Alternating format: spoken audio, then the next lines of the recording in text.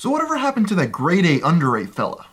Back at the end of 2015 and the beginning of 2016, there were two very big risers in the YouTube community that were kind of bundled together, even though they had very different styles of content.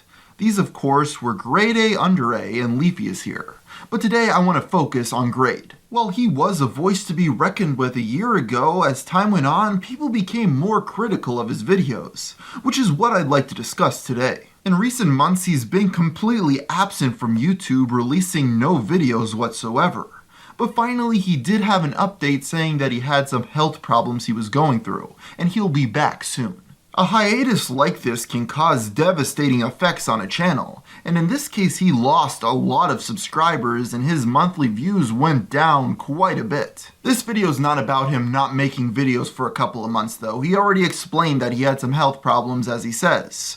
Rather, I'd like to discuss a little bit more why he was going through a downfall even before all that happened. There was a brief period of time on YouTube when he was one of the fastest growing channels on this entire website.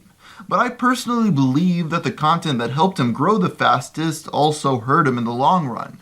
Let me explain. Back in the very early days, all of GradeAUnderA's videos were about mundane things and the annoyances he had with them, such as Mother's Day, barbershops, and interviews. Pot calling the kettle black. The phrase basically means, oh, you're a bit of a hypocrite. But here's the thing, right? Pots aren't black, and neither are kettles. Like, look at these, right? Do these look black to you? Like, even a little? No, they don't. They're not even remotely black, man. This style of picking apart things that we all have to deal with isn't a new concept, though. Back in the day on a show called 60 Minutes, there was this man named Andy Rooney who did a very similar thing, although in a different style. There are a lot of know-nothing boobs who don't appreciate the modern art being put up in public places in all our cities. I know this is true, because I'm one of those know-nothing boobs. When did bright-colored plastic cows, pigs, and rabbits get to be art? I don't like most of the stuff passing for art, and it's everywhere. Seattle, Chicago, San Diego, Bloomington, Illinois, for goodness sakes. Cincinnati. The people looking were better looking than what they were looking at. In 2011, when Andy Rooney died, he had over 30 years worth of these bits, but they mainly appealed to an older audience. A few years later, and Grade comes onto the scene with a brand new version of a similar concept, except this time for a new audience. And the craziest part is, he was able to do all of this simply with Microsoft Paint and his crudely drawn stick figures. Really impressive if you think about it. But then as time went on, he started to make videos not about just the mundane things in life, but rather YouTube drama. The thing is, while these new videos of him going through YouTube-related subjects were his most popular and why he was growing so quickly, I would argue they weren't his best work. I think he does best when he goes over very lighthearted subjects, because even if an argument isn't the best, people could look past it because it's just a silly video.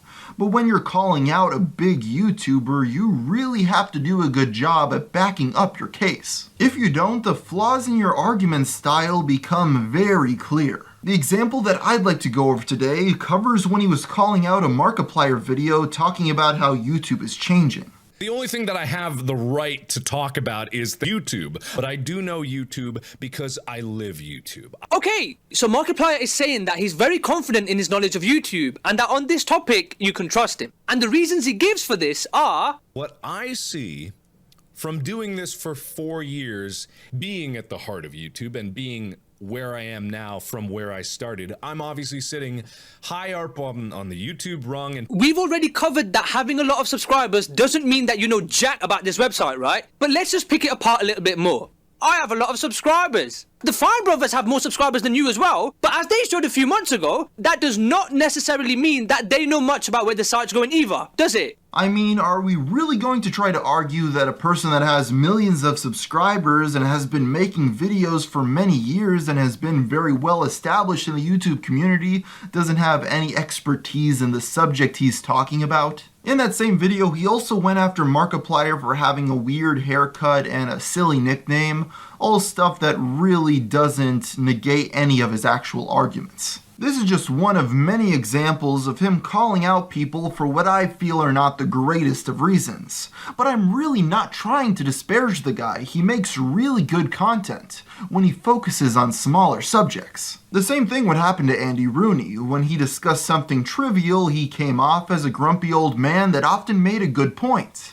But when he went into other subjects that were a little bit more serious or out of his expertise, he kinda just came off as ignorant. I feel that sometimes it's better to stick at what you're good at rather than trying to branch out to something that can cause a lot of problems, especially if what you're doing is already working for you. And by no means is Grade's channel dead. He still gets over 1 million views for every upload. So hopefully when he comes back, he can become bigger than ever. Because of all these exposed videos, Grade's channel started to go downhill with a lot of people unsubscribing. And that's what led to his current problems we see today. Hey everybody, thank you so much for making it to the end of this video. I really appreciate it.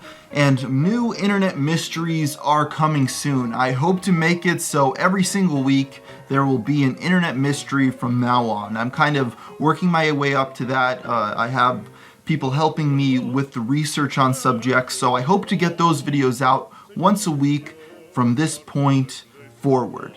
And as for the question of the day, somebody wants to know what my favorite color is, and I don't have one.